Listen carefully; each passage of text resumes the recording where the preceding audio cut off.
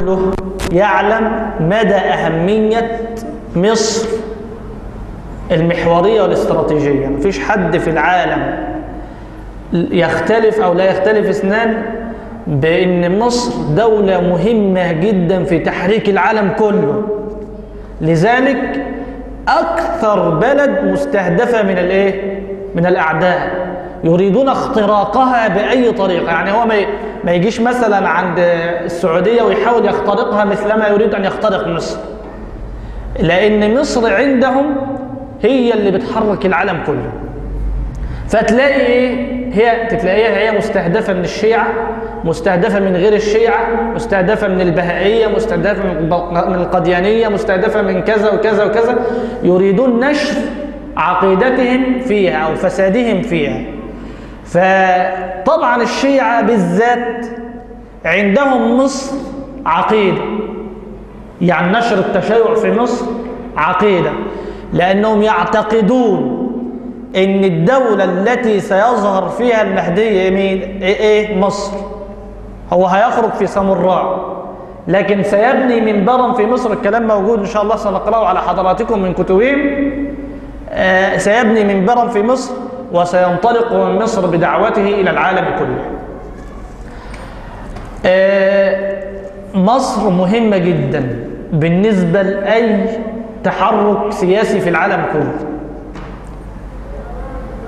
مصر عشان تعيد العلاقات الدبلوماسية مع إيران اشترطت شرط، هل يعرفه أحد؟ الله يفتح عليك. يغيروا اسم الشارع اللي في إيران باسم خالد الإسطنبولي أو الإسلامبولي. ليه؟ لأن خالد الإسطنبولي ده هو اللي كان اغتال مين؟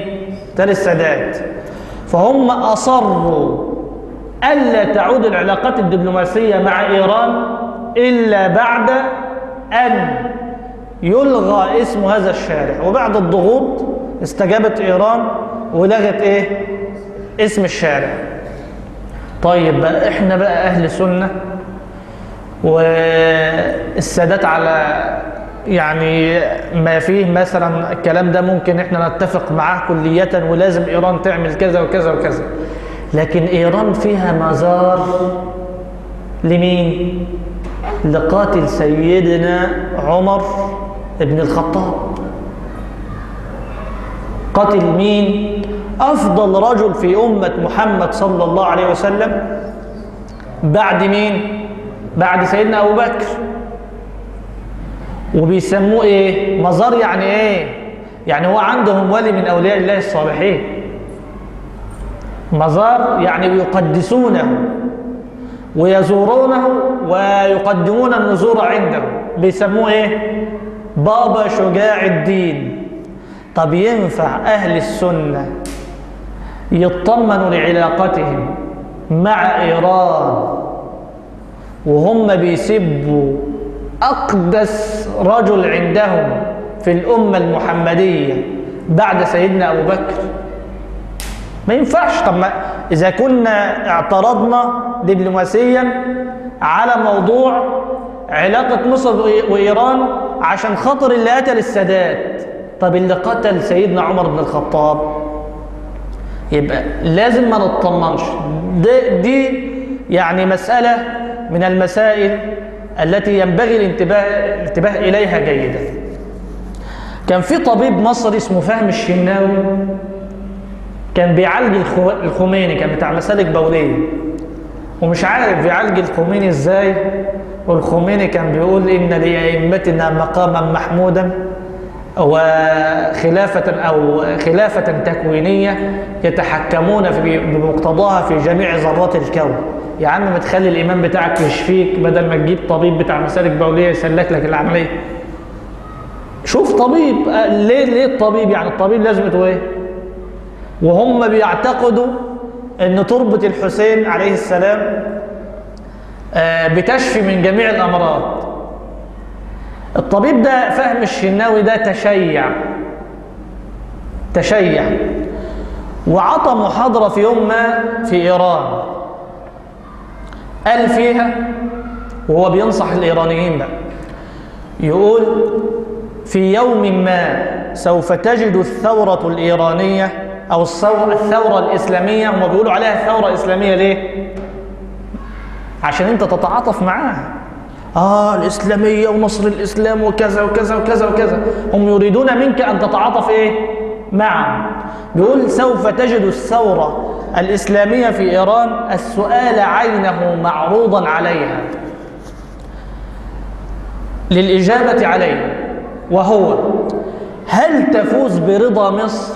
يعني إيران ممكن تفوز برضا مصر فتكون لها الغلبة وتنطلق عالميا كقوة دولية كبرى، أم تفقد مصر فتظل محصورة توصف مرة بأنها مجرد ثورة داخل الفكر الشيعي. يبقى هو بيقول ينفع تفضل إيران محصورة جوه نفسها والناس بتقول عليها انها ثوره جوه الفكر الشيعي بس، او ثوره جنس الفرس، يعني في جنس الفرس، ان عمليه اختراق الحصار العربي انما تبدا منين؟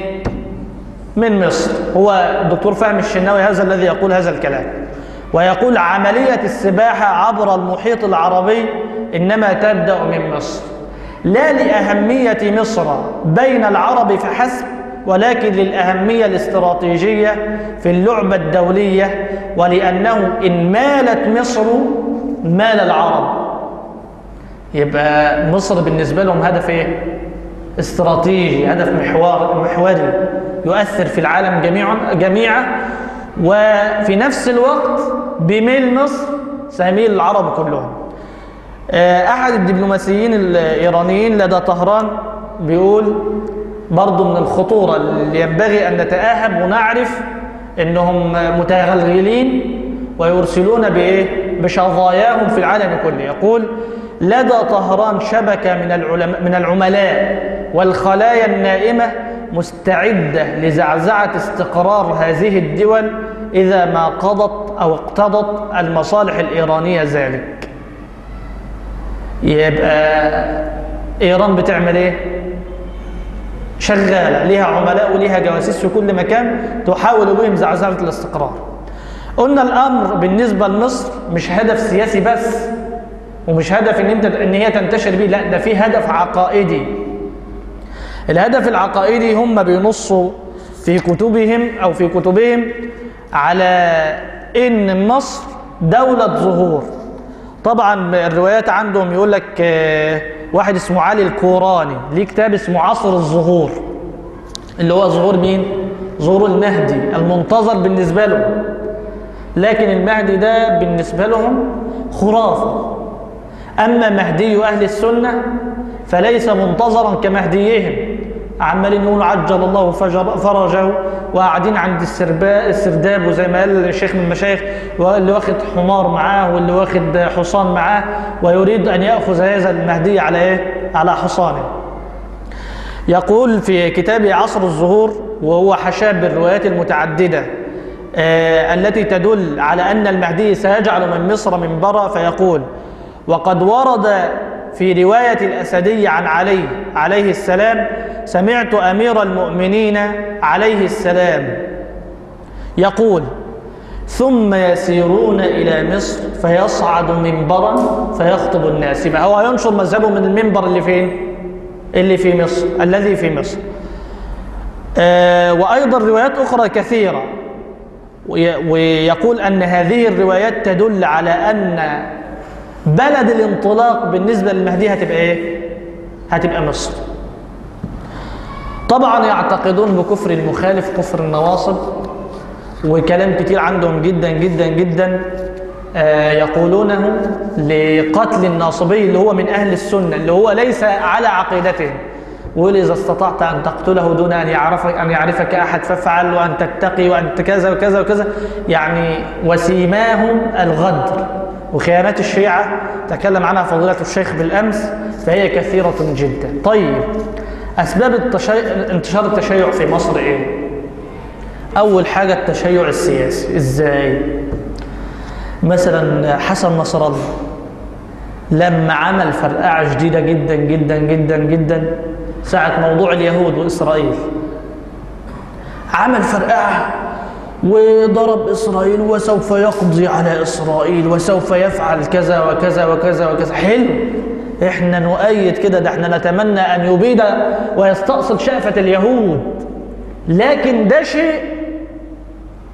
والتمدد الشيعي أو أن تأخذك العاطفة وتتعاطف مع، معذرة لللفظ، دين الشيعة، لأن والله يعني أقسام متتالية إن عقيدة الشيعة دي ليست هي العقيدة التي أنزلها الله على محمد صلى الله عليه وسلم، العقيدة مختلفة تماما.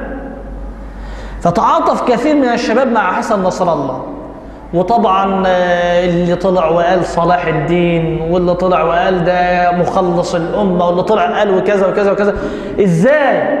مع إن أعداء الشيعة بعد سيدنا عمرو بن العاص وبعد سيدنا أبو بكر وعمر أعدائهم مين؟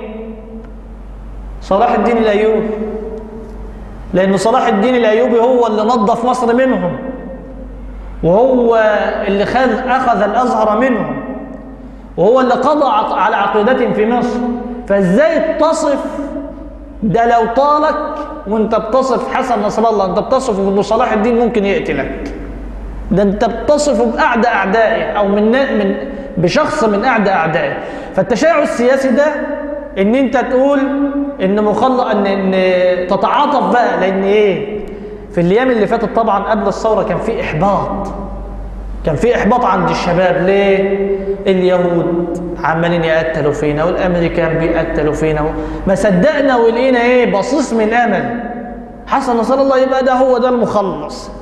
وتعاطف كثير من الشباب مع هذا الامر، ووقفوا بقى يعني. وفي هذه الحادثة تشيع ناس كثيرين من مصر بسبب الحادثة دي أو بسبب الموقف ده. فطبعا ده أسلوب من أساليب التشيع السياسي. طبعا أمية كثير من الدعاة، ده سبب تاني من أسباب نشر التشيع. وده كان سببها فتوى لفضيلة الشيخ شلتوت الله يرحمه، شيخ الأزهر الأسبق. جمال عبد الناصر كان بيأيد الخميني، وكان عاوز يعمل ثورة على شاه إيران. فعمل إيه؟ فقعد يأيد في الشيعة، وخلى الله يرحمه بقى الشيخ شلتوت طلع فتوى بأن المذهب أو أن الشيعة مذهب خامس من المذاهب الفقهية، يعني زيه زي مذهب الإمام مالك ومذهب الإمام أحمد ومذهب الإمام الشافعي ومذهب. فعمل الفتوى دي. فجاء مين؟ السادات كان بيحب الشاه وكان متضايق من الخميني.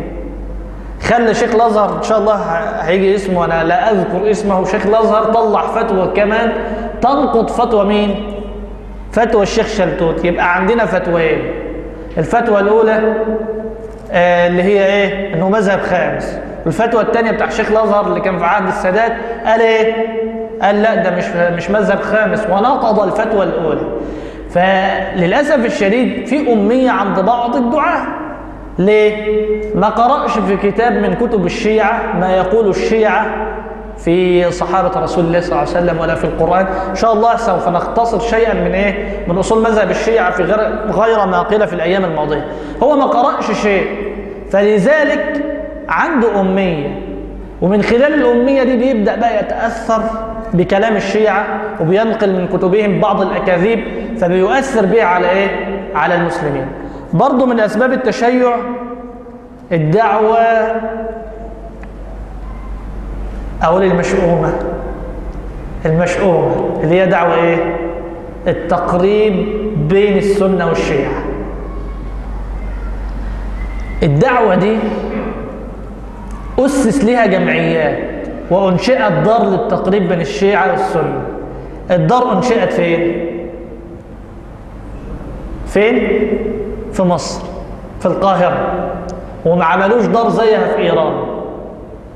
ليه؟ لأنهم قاصدين بيها تقريب السنة من الشيعة، لا العكس.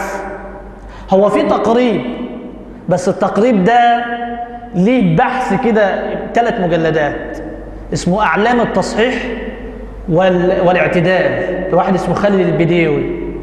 ده جاب تاريخيا مجموعة من علماء الشيعة الكبار الذين تاب الله عليهم وتركوا دين الشيعة ثم أتوا إلى حظيرة السنة وحظيرة عقيدة أهل السنة والجماعة.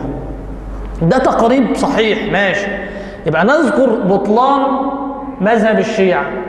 لما يجي الشيعة، وللأسف الشديد الذي يغيب على بعض أو كثير من الناس، إن الشيعة عندهم أصل من أصولهم اسمه إيه؟ التقية. يعني حسن نصر الله وهو بيتكلم وصلى الله على محمد وآله وأصحابه، لا يمكن تلاقيه بيقول وأصحابه أجمعين، لا يمكن. هيقولوا أصحابه ليه؟ لأنهم عندهم بعض الصحابة أو مش بعض الصحابة، ده يكفرون أغلب الصحابة ويفسقون أغلب الصحابة وأنتم تعرفون. فيجي كده يا شيخ ده ما هو بيقولوا أصحابي أهو، ما هو بيقول وصلى الله على آله وأصحابه، فأنت إزاي بتقول عليه إنه بيسب الصحابة؟ هيجي كده دايما تلاقيه بيتقي، يقول لك كلمة كده، طب ما هو أصحابي دي يدخل فيها 5 أو 6 من الصحابة اللي هم تبعهم، والباقي مش وأصحابه جمع، وهو يقول وأصحابه يبقى هيدخل فيه اللي هو يقصده في ذهنه. لكن وأصحابي أجمعين مش هتلاقيه. تلاقيه بقى بيتقي عليك، يطلع واحد منهم يقول الكلام ده مش صحيح، الكلام ده، ويرفض بقى الكلام ده. لكن في واحد منهم يطلع مثلا ويقول لك إن كتب الشيعة زي الكافي بتاع الكوليني اللي احنا نذكر بعضها برضو، الكافي بتاع الكوليني ولا كتب الطبرسي ولا كتب اللي هو القمي ولا غيره أو القمي، يقول لك الكتب دي احنا حرقناها أو هنحرقها واللي فيها من سب الصحابة باطل. لا يمكن. التقريب بين السنة والشيعة، الدعوة دي بقى مقصود بيها ان انت تقرب السنة من الشيعة، لا العكس. ان انت تاخد السنة كده توديها عند الشيعة وينطلي عليهم هذا الموضوع، لا العكس. ده طبعا الدعوة دي دعوة تقريب بين السنة والشيعة دخل فيها علماء من علماء الإخوان المسلمين زي الشيخ سعيد حاول فترة طويلة جدا جدا جدا يقرب بين السنة والشيعة، وفي الآخر تعب فطلع كتاب الخمينية، اتكلم عن شذوذ الخمينية وآثار الخمينية وشطحات وفساد عقيدة الخمينية. وكان برضو الأستاذ مصطفى السباع برضو دخل في نفس الطريق وحاول معهم، وفي الآخر برضو للأسف عرف إن مفيش فايدة معهم قط. وأيضا فضيلة الشيخ يوسف القرضاوي ده برضو حاول معهم كثيرا إلى أن وجد الخطر أحدق بمصر فعلا، فطلع المقولة المشهورة أو المقالة المشهورة اللي تكلم فيها عن المد الشيعي وخطورة المد الشيعي على مصر ورفضه للمد الشيعي. تعرف الشيعة قالوا عليه إيه؟ الشيعة لما الشيخ القرضاوي قال الكلام ده قالوا عليه حاخام متأسلم، وإنه هو يعمل بيد الصهيونية العالمية. وغيرهم قال لا، ده هو أداة بأيدي السلفيين والوهابيين. الشيخ القرضاوي قال إن إحنا علاقتنا بيهم سياسية بس، وقال لا نسمح بالمد الشيعي كعقيدة. لما قال الكلام ده وتكلم في هذا الكلام ورفض المد الشيعي في مصر، قالوا فيه يعني زي ما العوام بيقولوا ما قال ملك في الخمر، قالوا فيه كلام كتير جدا وسبوه وقالوا طبعا.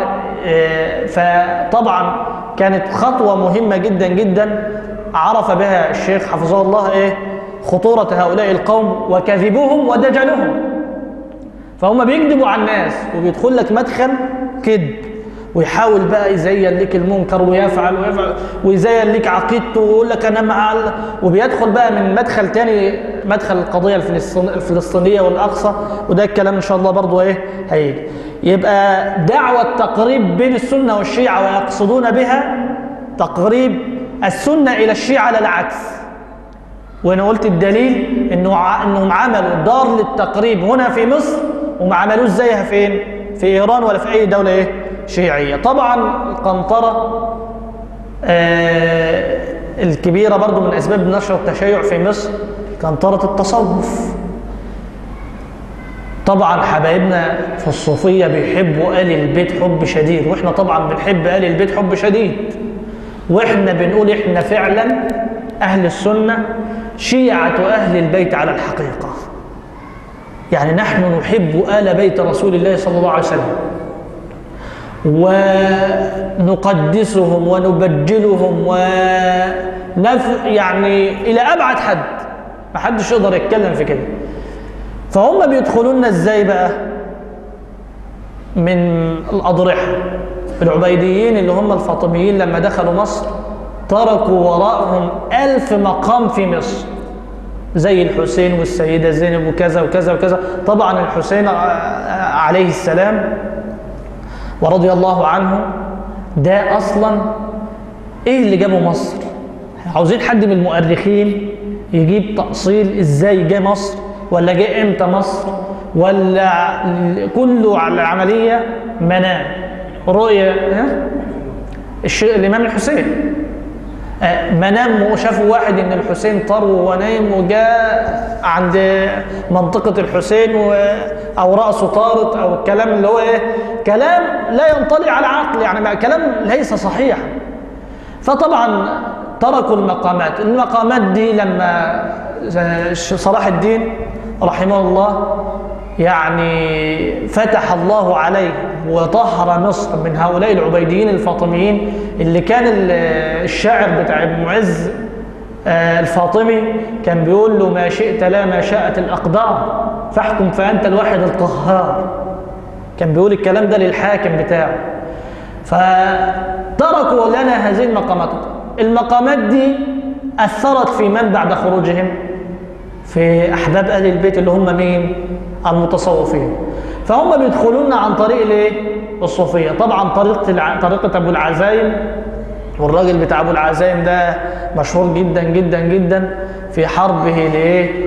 للاهل السنه في مصر، وفي علاقته بايران. ليه علاقه مشبوهه بايران، ليه علاقه مشبوهه بايران طبعا ثبتت، وكان فيه برضه طبعا حاجات ان شاء الله هنقراها في الدراسه اللي هنختم بيها ان شاء الله. برضو من أساليب انتشار الشيعة الظهور الإعلامي الكثيف الكبير.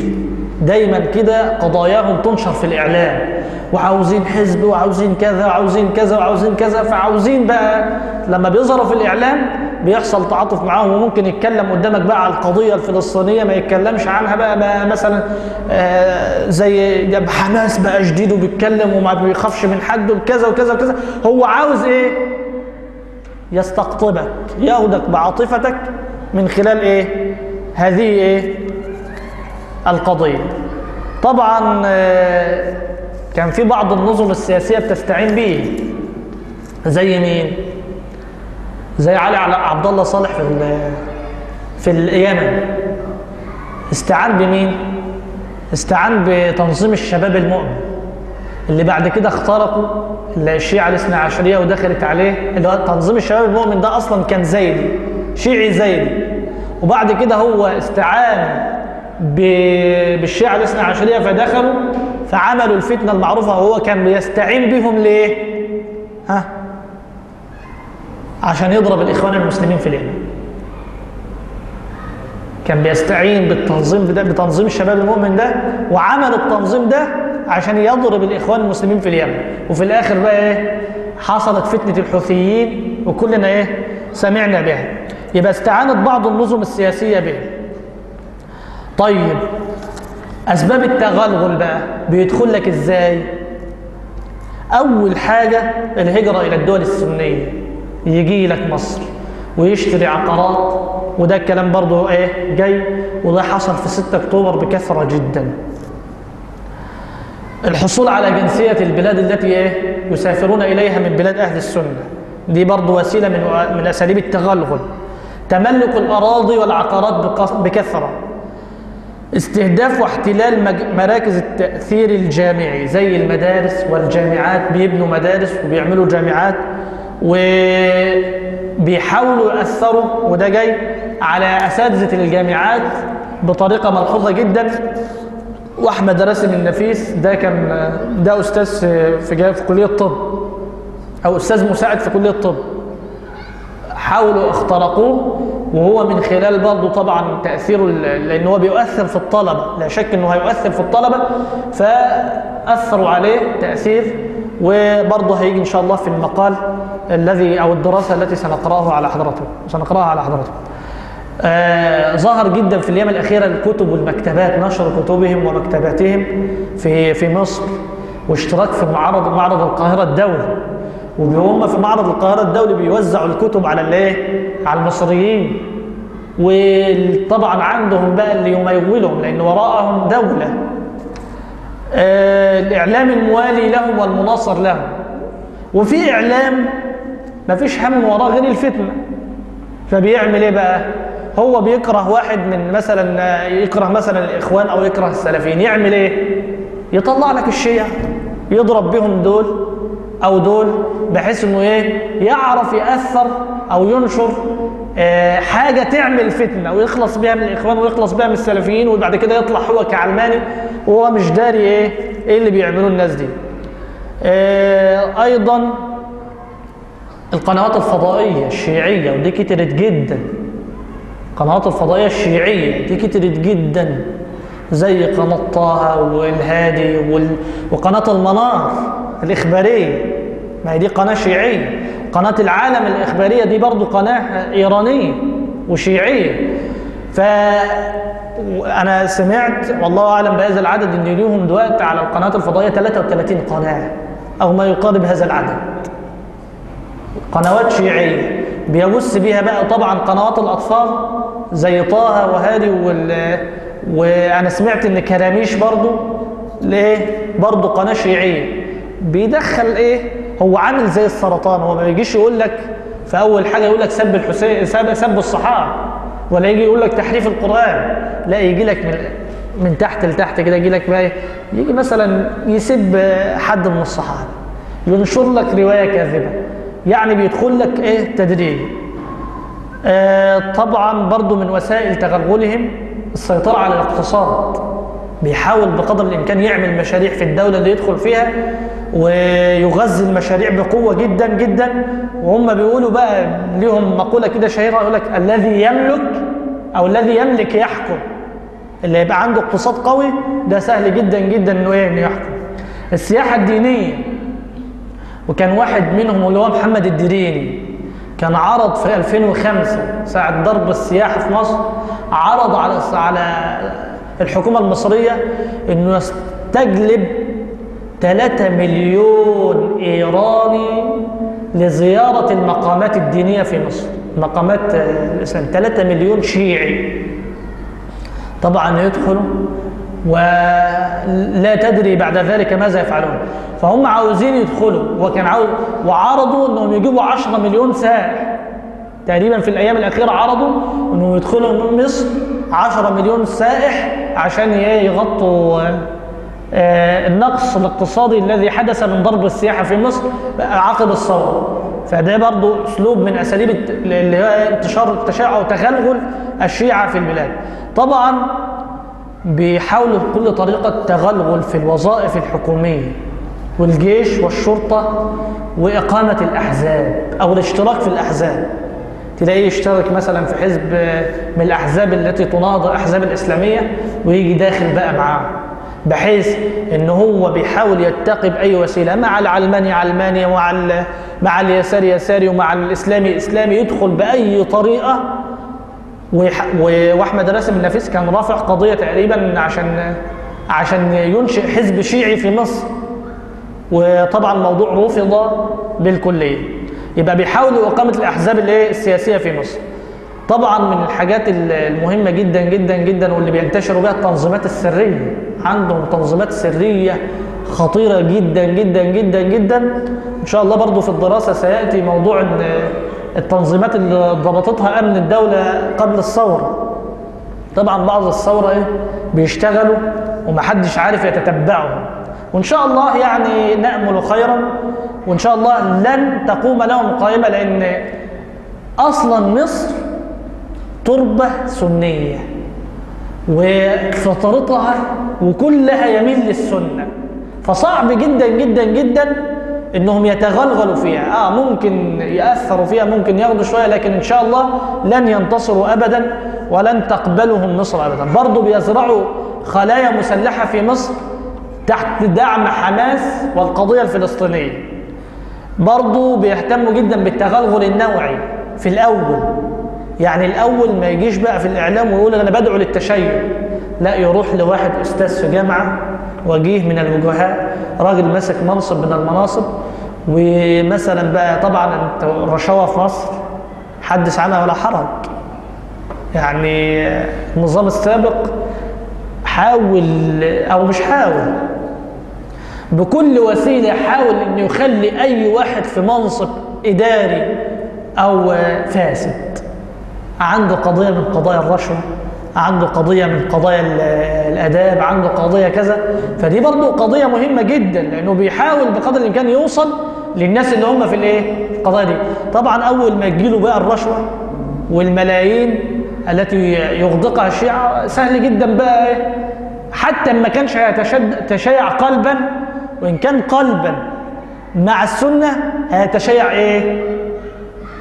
سياسية ظاهرية، هيطبل لإيران ويدافع عن إيران ويدافع عن الشيعة، وهيحاول بقدر الإمكان يسهل لهم دخول مصر. يبقى التغلغل النوعي، التغلغل الجماهيري، وده غالبا بيبقى عن طريق المشايخ الصوفية زي الدكتور مثلا أحمد عمر هاشم.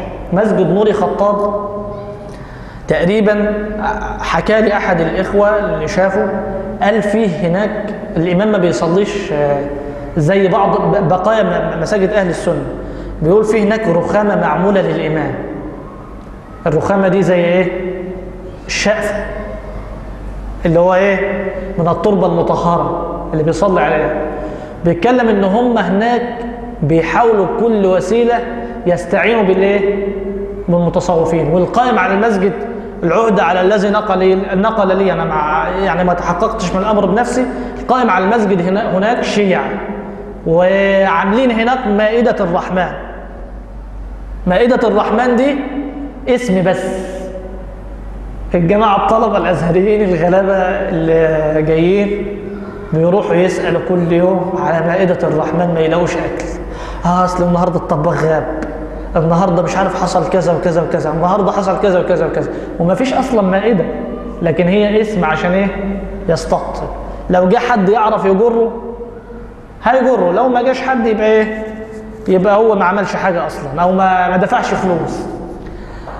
طبعا استثمار عواطف الشباب، وده اتكلمنا عنه. استغلال المتشيعين ومناصريهم لنشر التشيع، في محامين تشيعوا، في برضه طرق صوفيه تشيعت، في بعض الأزاهرة المتحمسين برضه تشيعوا، بيستغلوهم وبيحاولوا أصلا يعني اللي هو ما لا يدرك كله لا يترك كله. إما كانش الإنسان هيتشيع معاه، يبقى على الأقل خالص يقنعوا إن الخلاف بينه وبين الشيعة عادي، ما فيش أي مشكلة، ويحاول يروج له بقى إن الشيعة دول بينصروا الإسلام وكذا وكذا وكذا وكذا بكل طريقة. لكن في التاريخ الإسلامي لا نعرف دولة واحدة فتحها الشيعة الإسلام. الذي عنده دولة أو فتح من فتوح الشيعة ممكن يخبرنا به. ما فيش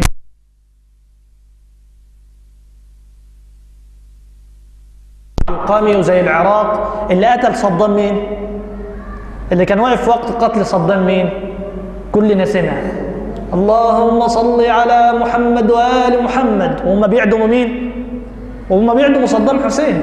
يبقى اللي قتل صدام أصلا أي نعم اللي أعان على قتل صدام دول الأمريكان، واللي ساعدهم على قتل صدام الأمريكان، لكن اليد الفاعلة كانت من؟ الشيعة. المسلمون أهل السنة في العراق بيقتلوا على الهوية، اللي اسمه عمر هناك بيقتلوه، اللي اسمه حيدر ده اسم مين؟ اسم سيدنا علي، اسمه حيدرة أو حيدر بيسيبوه، فيقتلون أهل السنة على الهوية في العراق. وطبعا كان فيه إخوة عراقيين هنا في المسجد خير من يحكون عن هذا. يبقى ده بعض الذين تشيعوا محامون وبعض الصوفية. تمويل حملات الطعن على الصحابة، الصحف اللي بتسب في سيدنا معاوية، واللي طلعت تسب في سيدنا أبو هريرة، واللي طلعت تسب في السيدة عائشة وكثير من الصحابة، دي برضه وسيلة من وسائل التغلب. الشخصيات العامة بقى زي مين؟ الأستاذ فهمي هويدي كان دائما ما يبجل في الشيعة وحسن نصر الله وغيره، ومرشح الرئاسة الأسبق مين؟ الدكتور محمد سليم العو. ليه لقاء كده اللي عاوز يبحث عنه على اليوتيوب، وهو بيقول أنا صديق شخصي لحسن نصر الله. ده حاجة كده شهيرة معروفة، ويقول إن الشيعة أحبابنا وبيننا وبينهم ود وحب وكذا وكذا وكذا. اللي هو كان فيه كانت قولة مأثورة في حروب الإنجليز، كانوا بيقولوا لا صوت يعلو فوق صوت المعركة. كذلك اللي زي الدكتور العوا يقول لك لا صوت يعلو فوق صوت وحدة الأمة. يا أخوانا ده بيقولوا بتحريف القرآن وبيقولوا بكذا وبيقولوا لا وحدة الأمة، ودي قضية بقى الشيعة بيركزوا عليها جامد. لما حد يجي يتكلم عليهم لا وحدة الأمة، أنت هتضيع الأمة، أنت تفرق الأمة، أنت تشرذم الأمة، ودي قضية تيجي على عاطفة كل الشباب وتستقر. فبعض هؤلاء الشخصيات طبعا روجوا رواجا كثيرا جدا جدا لانتشار الشيعة. برضو مجلة اسمها الإسلام وطن، دي مجلة شيعية برضو يعمل بها أو تعمل بها أيدي الشيعية. أيضا شراء المساكن والعقارات. في دراسة بقى كانت عاملاها مجلة اسمها مجلة الراصد، مجلة على الإنترنت ترصد حركة التشيع في العالم كله. فعملت رصد التشيع في البحرين، ورصد التشيع في افريقيا في السودان، ورصد التشيع في سوريا وفي مصر وفي جميع الدول التي نزل فيها الشيعة يريدون ان يتغلغلوا بها. الدراسة دي دراسة قوية جدا جدا جدا، يعني احاول ان اتلو منها مقتطفات كده على مسامعكم.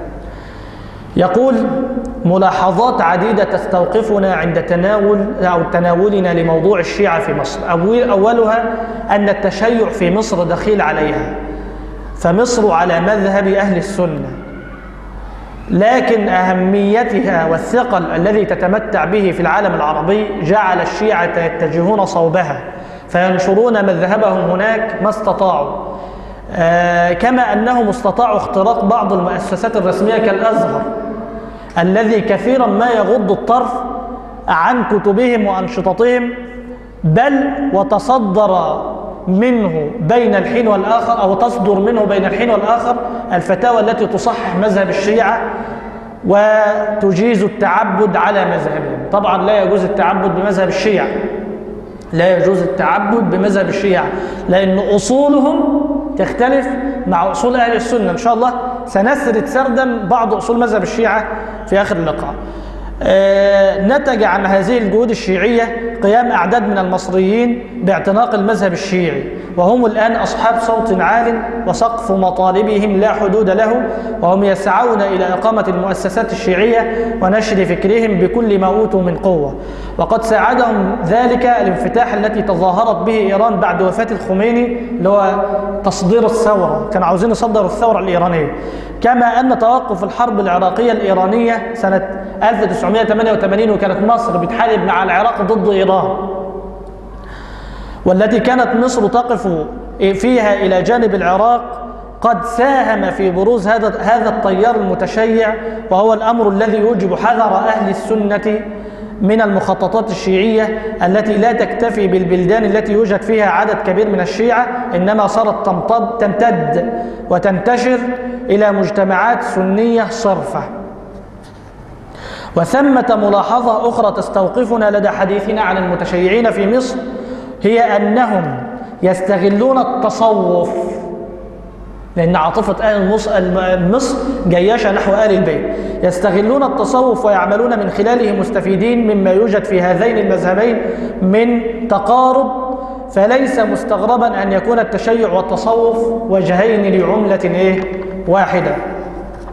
لقد استطاع تاريخيا بقى، لقد استطاع صلاح الدين أن يقضي على العبيديين وأن يعيد مصر كما كانت إلى مذهب أهل السنة والجماعة، وبالرغم مما مارسه هؤلاء العبيديين من البطش والدعوة السرية لنشر مذهبهم الشيعي الإسماعيلي اللي هو الباطني، إلا أنه ظل مذهبا غريبا دخيلا، وظلت مصر سنية، ولم تقم للشيعة في مصر دولة من العبيديين. في شتيمة في مصر مشهورة جدا جدا جدا، وأهل مصر دايما كده ليهم خفة دم جميلة جدا، وبيها سبحان الله المصريين بيبقى عندهم مناعة ضد الأفكار الدخيلة.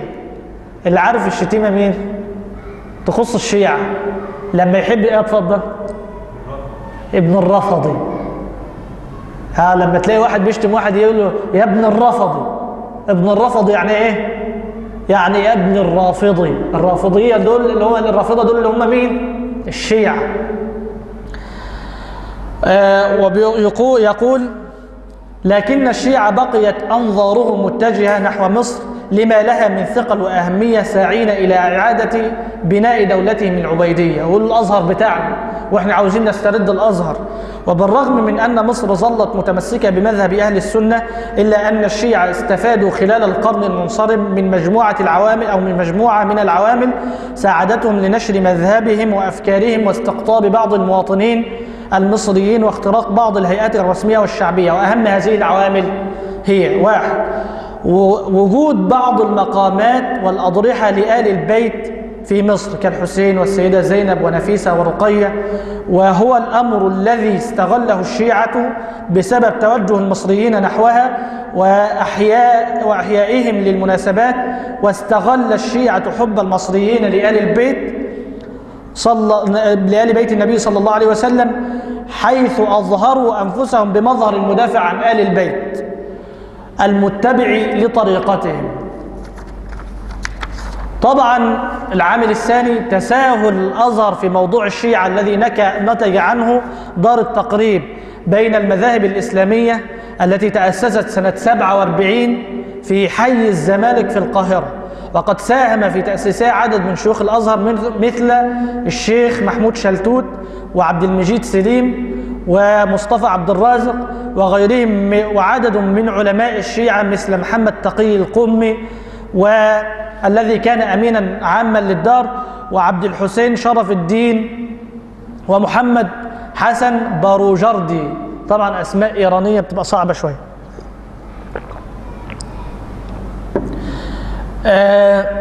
يقول الدكتور علي السالوس منتقدا للدور الذي كانت تؤديه المؤسسة الرسمية اللي هي الأزهر: ومع هذا فدار التقريب بالقاهرة وليست في موطن من مواطن الشيعة، يعني عملوها في القاهرة بس. ومجلة رسالة الإسلام التي تصدر عن الدار جل ما تتناول من موضوعات الخلاف أنها تهدف إلى إقناع أهل السنة بإيه؟ بمعتقدات الشيعة. ده كلام الدكتور علي السالوس.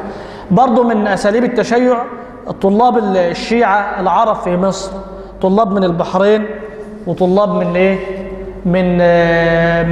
من سوريا ومن بعض الدول ومن لبنان وغيرها، طبعا يأتون إلى مصر يحاولوا بقى ينشروا مذهب التشيع. برضو من ضمن أسباب التشيع علاقات النسب التي كانت تربط بين الأسرتين المالكتين في إيران ومصر. فشاه إيران محمد رضا بهلوي كان متزوج من إحدى أميرات مصر،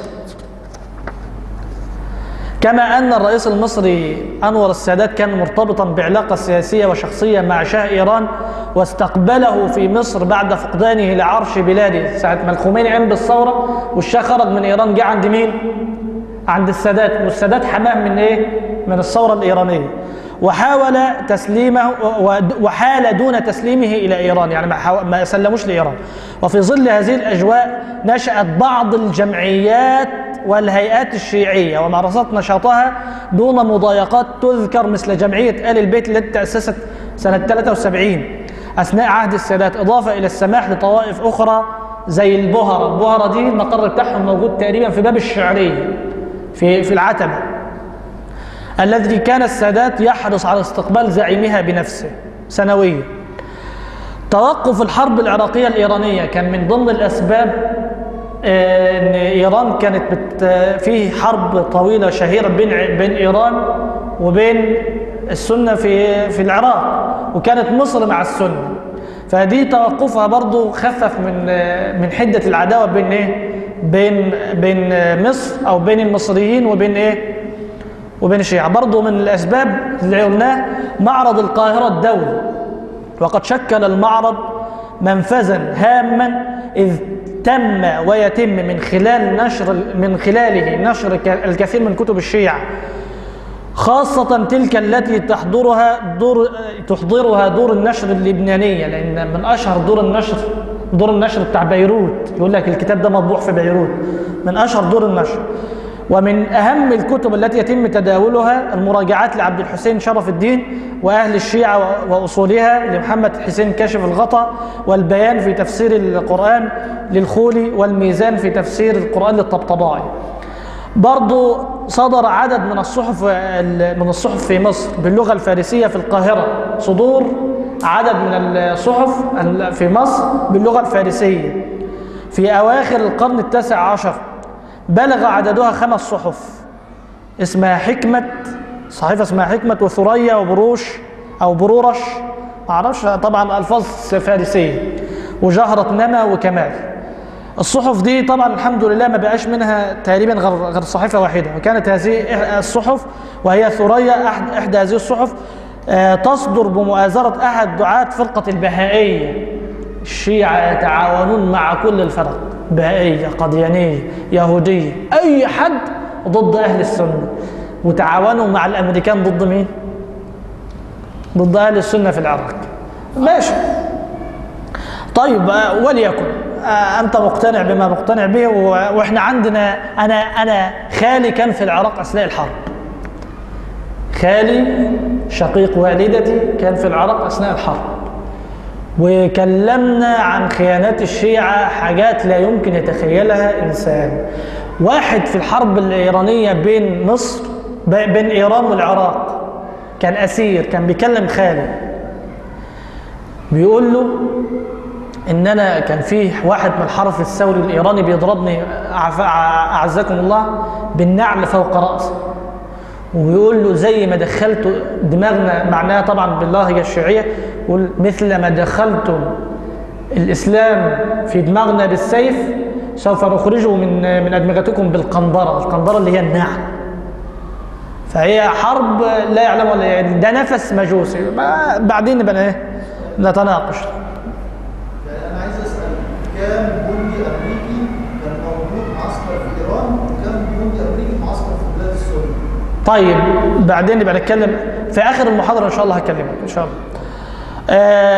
برضو أهم المجالس والهيئات الشيعية في مصر، ده مهم جدا، المجلس الأعلى لرعاية آل البيت، وفي جمعية اسمها جمعية آل البيت. أهم الشخصيات المتشيعة في مصر صالح الورداني، كاتب وصحفي مصري، ولد في القاهرة واعتنق التشيع سنة 81، وقد أصدر حوالي 20 كتاب، منها الحركة الإسلامية في مصر، الواقع والتحديات، مذكرات معتقل سياسي الشيعة في مصر.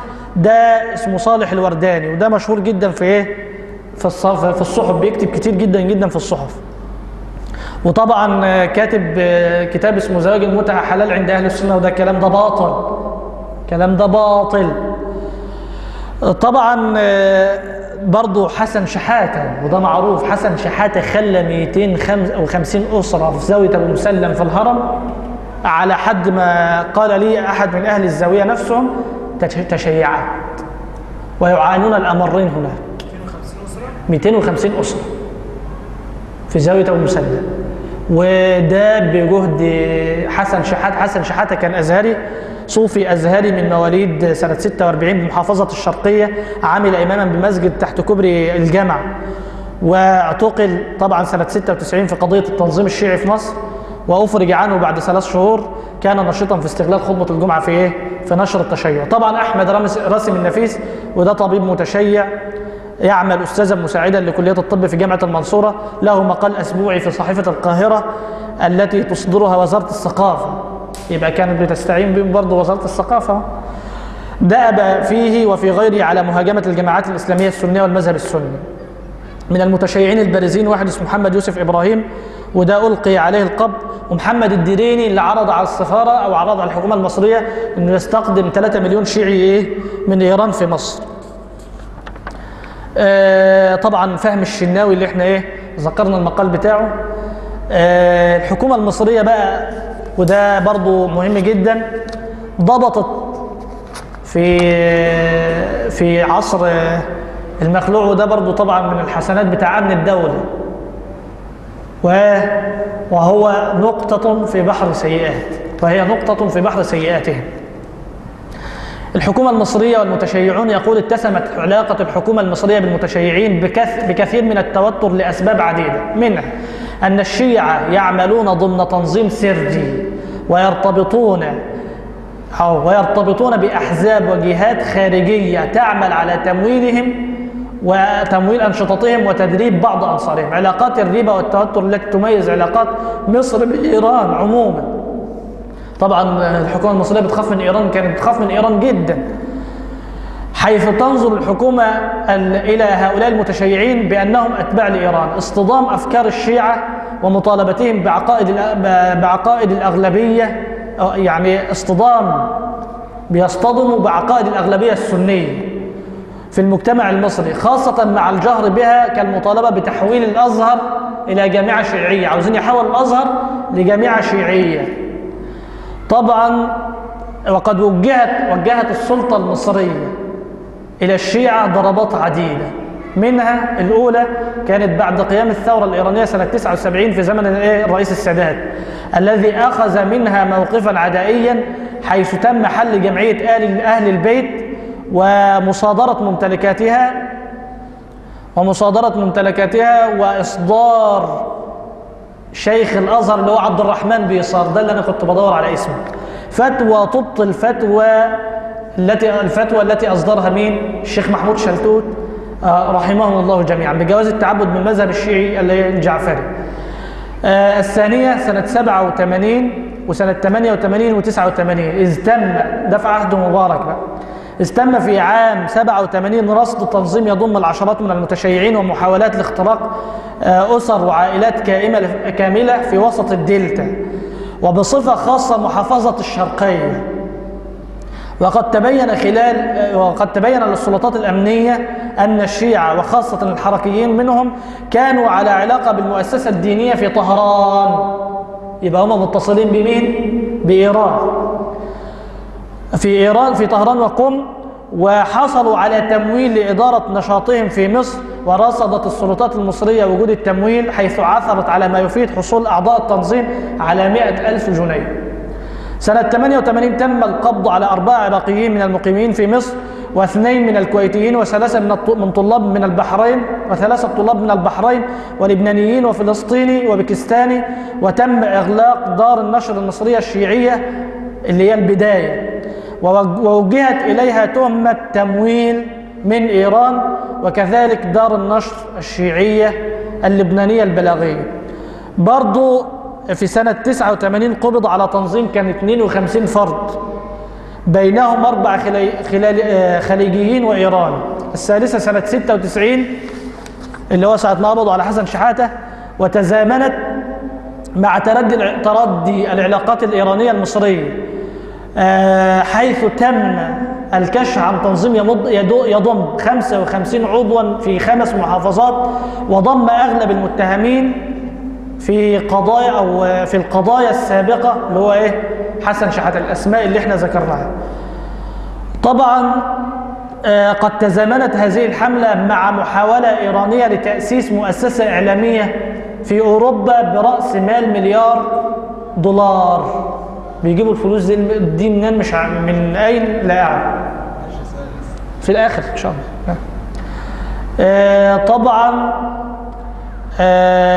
الجهات الأمنية في مصر، أمن الدولة بقى وما أدراك ما أمن الدولة، نجحت في اختراق التنظيم والحصول على معلومات من داخله حول البناء التنظيمي وأساليب التجنيد والتمليل والتمويل ومخططات التحرك، وألقي القبض على عناصره الحمد لله، وتم العثور على مبالغ مالية كبيرة ومطبوعات. طبعا أمن الدولة ما كانتش بتقول كام عشان كانت بتاخد جزء منها، فكانت بتاخذ بتستفيد. وطبعا أشرطة كاسيت وديسكات وحاجات مبرمجة وخطط إلى غير ذلك من المصائب التي كانوا يعملونها في السر.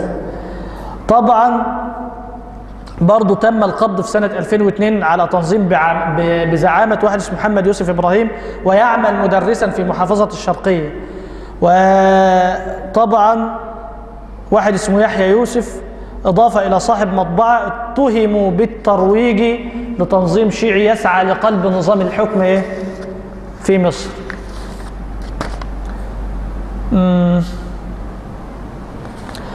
طبعا ليهم بقى طبعا مصائب كثيرة جدا، وهم دائما يستعينون بأعداء المسلمين، يستقون بالجهات والمنظمات الغربية، فشوية يستقوا بحقوق الإنسان وشوية يستقوا بأقباط المهجر. يعني السفاهات اللي بيقولوها على النبي صلى الله عليه وسلم غالبا يأتون بها من كتب الشيعة، سب السيدة عائشة وسب زوجات النبي صلى الله عليه وسلم وسب الصحابة، بيأتوا بها من كتب الشيعة. طبعا في آخر اللقاء لابد أن ننبه على أصول مذهب الشيعة. أصول مذهب الشيعة تكلم المشايخ الفضلاء عن الإمامة وتكلموا عن سب الصحابة، ولكن طبعا القرآن، اعتقادهم في القرآن، أول حاجة بيقولوا أن القرآن ليس بحجة إلا بقيم. مين القيم؟ الأئمة بتاعتهم الاثنى عشر، وبيقولوا الأئمة هم وحدهم اللي مختصون بفهم القرآن ومعرفته وتأويله. مفيش حاجة اسمها تفسير الطبري ولا تفسير مش عارف مين ولا تفسير ابن كثير، ده كله ده ما بيفهموش. ليه؟ لأن الأئمة بس هم اللي مختصون عندهم بتفسير القرآن. طبعا يعتقدون أن قول الإمام ينسخ القرآن ويقيد مطلقه ويخصص عامه. يعني إيه؟ أنت مثلا بتقول وأقيموا الصلاة وآتوا الزكاة، أو ولله على الناس حج البيت، يقول لك الآية دي الإمام الفلاني نسخها. طبعا نحن لا نعتقد أنه لا ينسخ القرآن إلا القرآن أو السنة، ولا ينسخ القرآن أي أحد، حتى لو إجماع الصحابة لا ينسخ القرآن. ماشي؟ فيما أعلم يعني. اعتقادهم في تأويل القرآن يقول لك القرآن له معاني ظاهرة ومعاني باطنة، ويقول لك إن القرآن نزل فينا وفي أعدائنا، إن الذين كفروا يعني بولاية علي وولاية الأئمة، إن الذين آمنوا يعني بولاية علي وولاية الأئمة. دي المعاني الباطنة اللي هم بيقولوها. ويقول لك مثلا إن الذين كفروا وصدوا عن سبيل الله قد ضلوا ضلالا بعيدا، إن الذين كفروا بآياتنا سوف نصليهم نار، يقول لك دول النواصب اللي هم مين؟ أهل السنة. طبعا برضو يعتقدون نقص القرآن وتحريفه، وفيه مصحف عندهم اسمه مصحف سري، يقول لك مصحف علي، وبيقولوا عليه مصحف الشيعة بيسموه كده، ويقولوا ان هو مش هيخرج دلوقتي غير مع خروج مين؟ خروج المهدي المنتظر بتاعهم، اللي هو مش هيظهر لانه خرافة اصلا.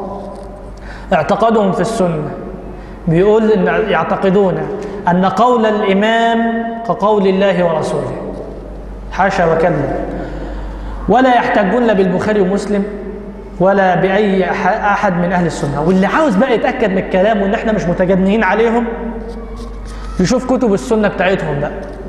كتب السنة بتاعتهم ممكن تلاقي الكتاب بتاعهم 100 مجلد، وتلاقي الكتاب بتاعهم مليء بالخرافات وحاجات يعني لو حبيت تقتنع بيها أو تقتنع بس حتى إن فيها مسحة من الصدق لا تستطيع. زي كتبهم بقى الكافي للكليني، كتاب من لا يحضره الفقيه للقمي أو للقمي، كتاب تهذيب الأحكام، وكتاب الاستبصار ده للطوسي، وكتاب اسمه الوافي لواحد اسمه الكاشاني، وبحار الأنوار وبيعتمدون عليه ده اعتماد كبير جدا لواحد اسمه المجلسي برضه شيعي، وكتاب اسمه وسائل الشيعة إلى تحصيل مسائل الشريعة لواحد اسمه الحر العاملي، وكتاب اسمه مستدرك الوسائل للطبراسي.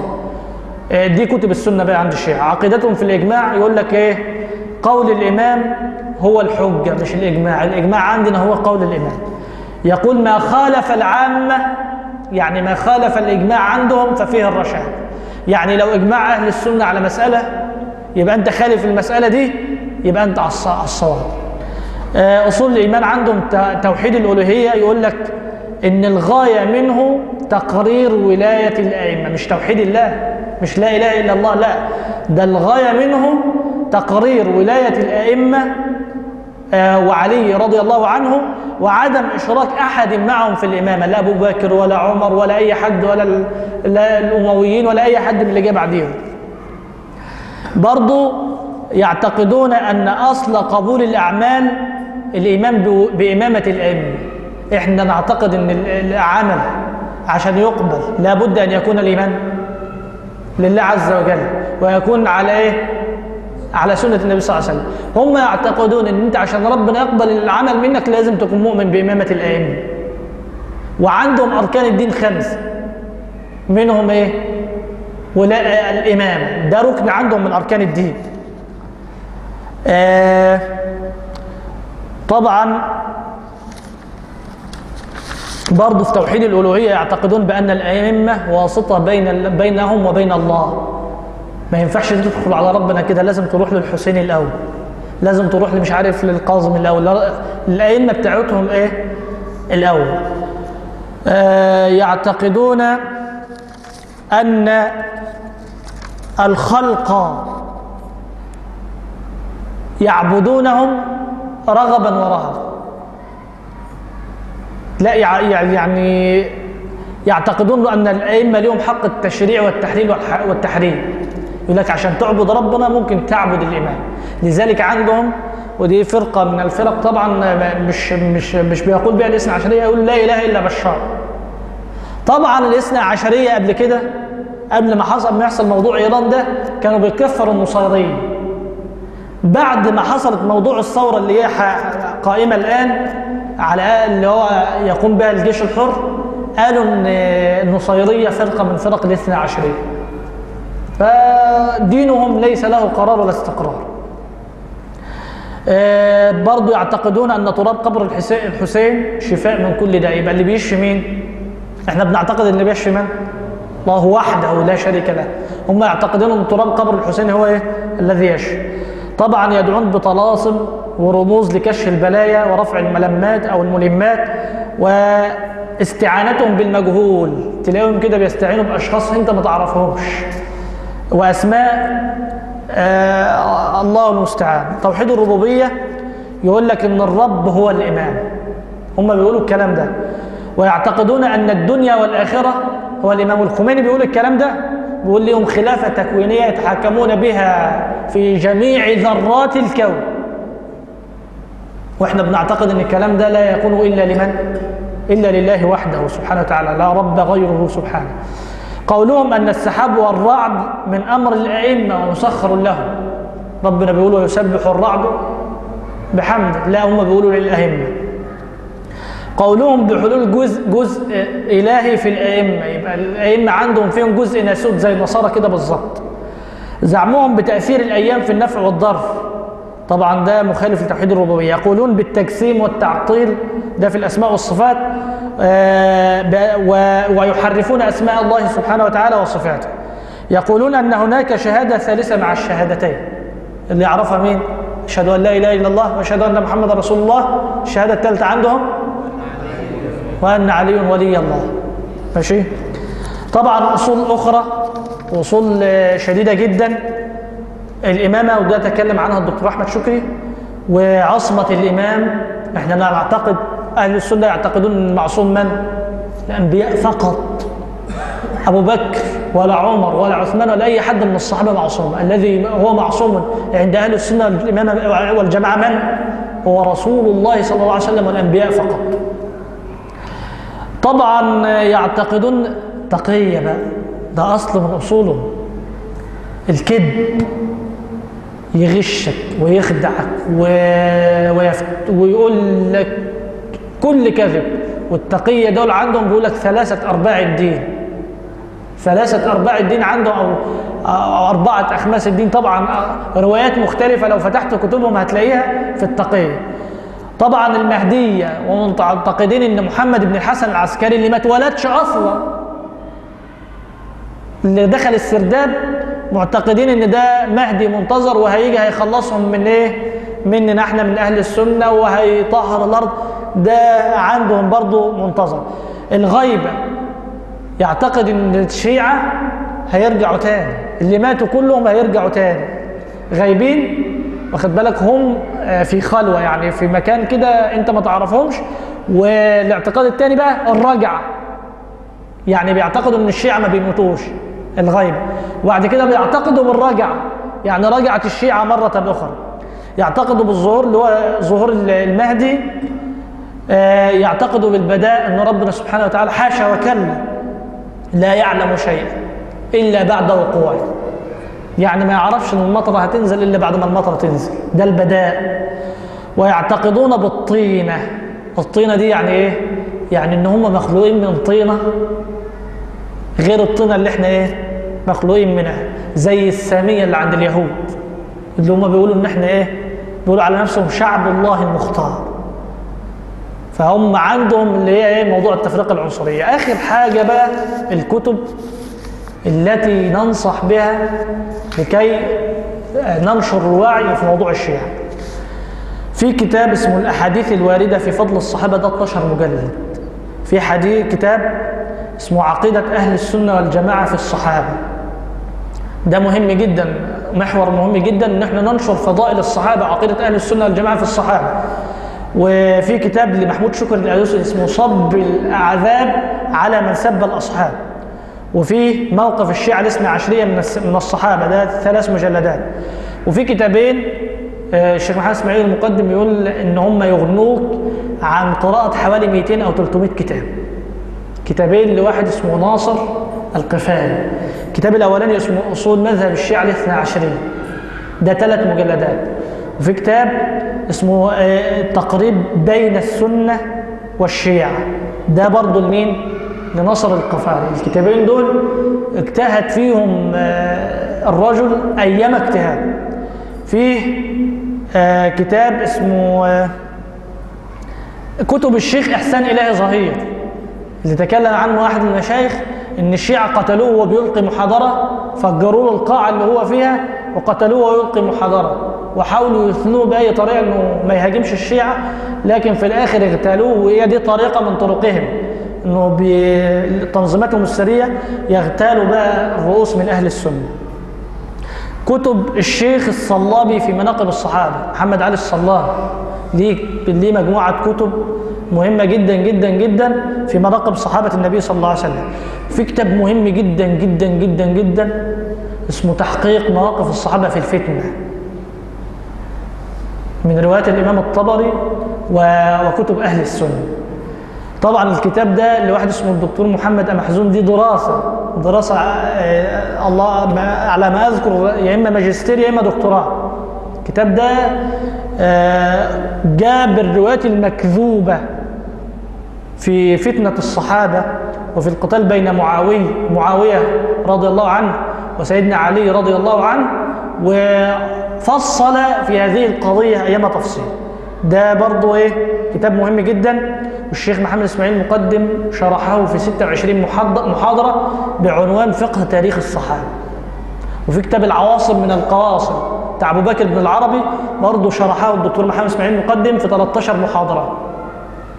وكتاب أصول مذهب الشيعة مشروح برضو شرحه الدكتور محمد اسماعيل المقدم في 50 محاضرة. أصول مذهب الشيعة دي موجودة على الإنترنت، اللي عاوز يدخل ويستزيد ويعرف. والكلام ده طبعا مش مفترض عليهم، هم بيدرسوا الموضوع ازاي؟ بيجيبوا اصول مذهب الشيعة، بيجيب كتب الشيعة ويطلع منهم عقائدهم وبينقل منهم عقائدهم، عشان لو واحد من الشيعة طلع وقال الكلام ده غلط نقول له طيب الكافي الكليني هتقول فيه ايه؟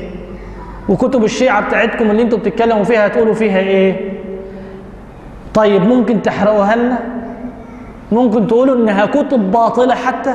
لا يمكن يقولوا كده، لو هم بيقولوا ان هي مرجعهم الاساس. في محور مهم جدا جدا جدا اسمه اللي هو التصحيح، اللي هم الناس اللي تابوا من المتشيعة عن دين الشيعة وتركوا دين الشيعة وراحوا ايه؟ لأهل السنة والجماعة. ده في كتاب اسمه أعلام التصحيح والاعتدال. أعلام التصحيح والاعتدال ده كتاب 3 مجلدات برضه. وكتاب مهم جدا أيضا اسمه التشيع، عقيدة دينية ولا عقدة نفسية؟ طبعا عندهم عقدة الجنس الفارسي والأرض الفارسية، لذلك يتجنوا لو أنت قلت الخليج العربي أو الخليج الإسلامي لازم تقول إيه؟ الخليج الفارسي. عاوزك تقول بأي طريقة الخليج الإيه؟ الفارسي. فيه مجلة مهمة جدا، قلنا التشيع عقيدة دينية أم عقدة نفسية، ده واحد اسمه طه الدليمي. فيه عقيدة في مجلة مهمة جدا جدا جدا اسمها مجلة الراصد. مجلة الراصد بترصد تحركات الشيعة في جميع العالم العربي والإسلامي. ده بعض ما تيسر من الموضوع. طبعا الموضوع ما ينفعش استهداف الشيعة لمصر أو خطر التشيع ما ينفعش في أسبوع، لابد أن تكون هناك دراسة لموضوع التشيع. إن شاء الله سوف تكون هناك دراسة أسبوعية، إن شاء الله دروس أسبوعية في شرح إن شاء الله. يعني كلمنا الدكتور أحمد شكري يشرح لنا مختصر منهج السنة النبوية في الرد على الشيعة والقدرية إن شاء الله. هيبقى فيه برضه محاضرات دورية إن شاء الله في مناقب الصحابة وكتاب العواصم من القواصم، إن شاء الله نحدد موعدها وهنعلن عنها إن شاء الله بعد ذلك. ما ينفعش أبدا أبدا في أسبوع نختصر أو في أسبوعين نختصر أصول مذهب الشيعة ونتكلم عن مذهب الشيعة. لا، لابد أن ننشر الوعي، وأنت عرفت يبقى تدل على الخير كفاعله. لازم تنشر الوعي، لازم تنشر خطر التشيع، وأقوى سلاح ضد الشيعة هو الوعي. ومش معنى ان احنا بنتكلم عن الشيعة ان احنا بنفرق الأمة، لا، الشيعة حلوين بس خليهم ايه؟ بعيد عننا، خليهم بعيد عننا، خليهم في مكانهم، يقاتلوا اليهود يقاتلوا الأمريكان. طبعا من القضايا اللي بيدخلوها بقى طبعا وبيتعاطف بسببها أهل السنة معاهم قضية الملف النووي. ده بتعمل نووي يا عم، على عيننا وعلى راسنا، خليه ليها. ده ممكن ده أضر شيء أو أكثر من سيضر بقوة إيران أهل السنة. أهل السنة في إيران يقتلون ويذبحون ويفعل بهم ويفعل بهم ويستغيثون. ما فيش مسجد سني، ما فيش مسجد لأهل السنة قط في طهران. القضية يعني محتاجة كثرة اطلاع والكلام كثير جدا جدا، فلا بد أن نهتم بهذه القضية اهتمام بالغ، ولا بد أن ننشر القضية قدر المستطاع، ونسأل الله تبارك وتعالى أن يقينا شر هؤلاء. أن نختم فيه طبعا قضايا تاني زي ولاية الفقيه ما اتكلمناش فيها. طبعا دي اخترعها الخميني لما تعبوا قوي موضوع الإمام المنتظر بتاعهم، عمالين يقولوا منتظر وعجل الله فرجه وبرضه مش عاوز يطلع ومش هيطلع. طيب نعمل ايه في الوكسه دي؟ او يعمل ايه في الوكسه دي؟ اخترع لك حاجه اسمها ايه؟ ولايه الفقيه. اللي هو ايه ولايه الفقيه ده؟ ان هو يجيب لك واحد يقوم باعمال الامام، وهو يبقى يقول لك الامام اللي عينه. برضه طلعوا من قريب تسجيل صوتي للامام المنتظر. إمام منتظر ومش عارف يقرأ قرآن وبيلحن في اللغة العربية، اللي عاوز يبحث عنه هيلاقيه على اليوتيوب أكيد إن شاء الله، أو هيلاقيه على الإنترنت. ففي قضايا مهمة جدا جدا جدا في قضايا الشيعة. أنصحكم أن أنتوا تدخلوا تسمعوا تناول الدكتور محمد إسماعيل للقضية. هو تناولها يعني أتى بكل شاردة واردة. طبعا في كتاب مهم جدا جدا جدا، كتاب للدكتور راغب السرجاني اللي هو الشيعة نضال أم ضلال، بيتكلم فيه عن تاريخ الشيعة. وفي كتاب هيطلع قصة الشيعة برضه، هيطلعوا كتاب للدكتور راغب. وفي طبعا في كتب كثيرة جدا جدا جدا، وفي ناس قاومت الشيعة مقاومة بالغة جدا جدا جدا، وفي ناس خدعوا بهم في البداية ثم تاب الله عليهم. نسأل الله عز وجل أن يحمينا من شرورهم، وأن يبارك في أهل السنة، وأن يصد عنا هجوم هؤلاء المفترين على أصحاب رسول الله صلى الله عليه وسلم وعلى دين الله.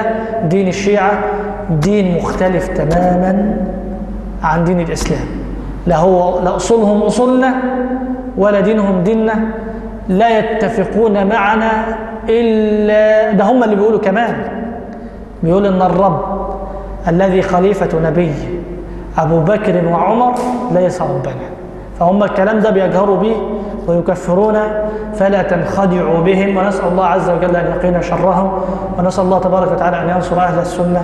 أقول قولي هذا، أستغفر الله لي ولكم، وجزاكم الله خيرا من حسن استماعكم.